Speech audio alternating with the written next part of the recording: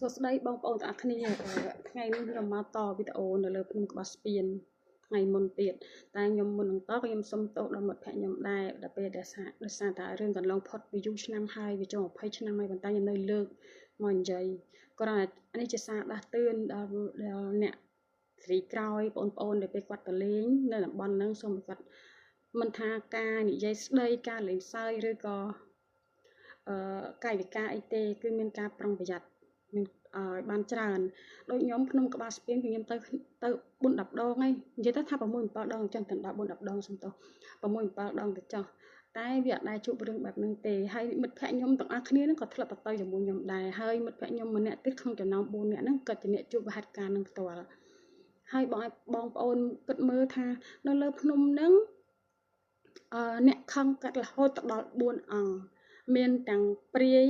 មានទាំងព្រះអង្គវិស្ណុមានទាំងព្រះនាងរំសាយសក់គឺខឹងគាត់ទាំងអស់រហូតដល់តាមយកជីវិតគាត់ណាបងប្អូនមិនមែនរឿងធម្មតាទេណា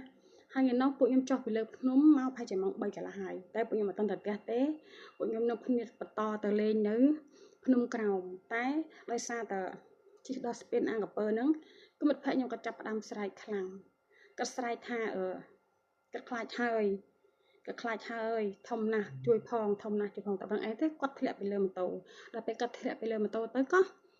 ពួកខ្ញុំនឹងជិះម៉ូតូពីមុខពីក្រោយគ្នាក៏ភ័យក៏សែងគាត់ទៅដាក់នៅនឹងលើស្មៅណានៅលើស្មៅចិត្តមាត់ស្ទឹងនឹងឯងតែគាត់គឺកាយវិការរបស់គាត់គឺចេញមកគាត់ស្លក់យើងភ្នែកធំហើយដៃគាត់កញឹងកញ្ញង់ទៅខ្ញុំថាដឹងគាត់កើតអីទេនៅគ្នាភ័យខ្លាំងណាភ័យមិនដឹងថាគាត់កើតអីពួកនំនេះនៅសុកសោះវាទៅជាអញ្ចឹងបានខ្ញុំថាបងប្អូនការដើរលេងលើភ្នំគឺវាសំខាន់ណាស់ការនិយាយស្ដីកាយវិការទង្វើដែលយើងធ្វើទៅពេលខ្លះយើងអត់បានគិតទេប៉ុន្តែគេប្រកាន់ណាបងប្អូនហើយខ្ញុំចាប់អារម្មណ៍ថាគាត់លេងទាំងកន្លែងមួយនៅក្នុងទឹកជ្រោះហ្នឹងគឺគាត់លេងទៅខ្ញុំហាមគាត់ថាកុំលេងមិនបានលេងអញ្ចឹងឲ្យឈប់លេងទៅគាត់ឈប់លេងទៅតែ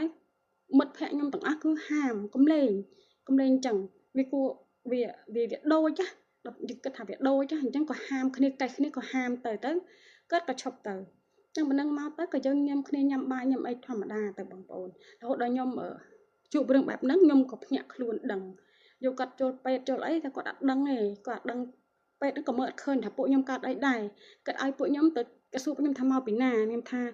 ពួកខ្ញុំមកពីលេងនៅភ្នំកលែនតែគាត់ប្រាប់ខ្ញុំថា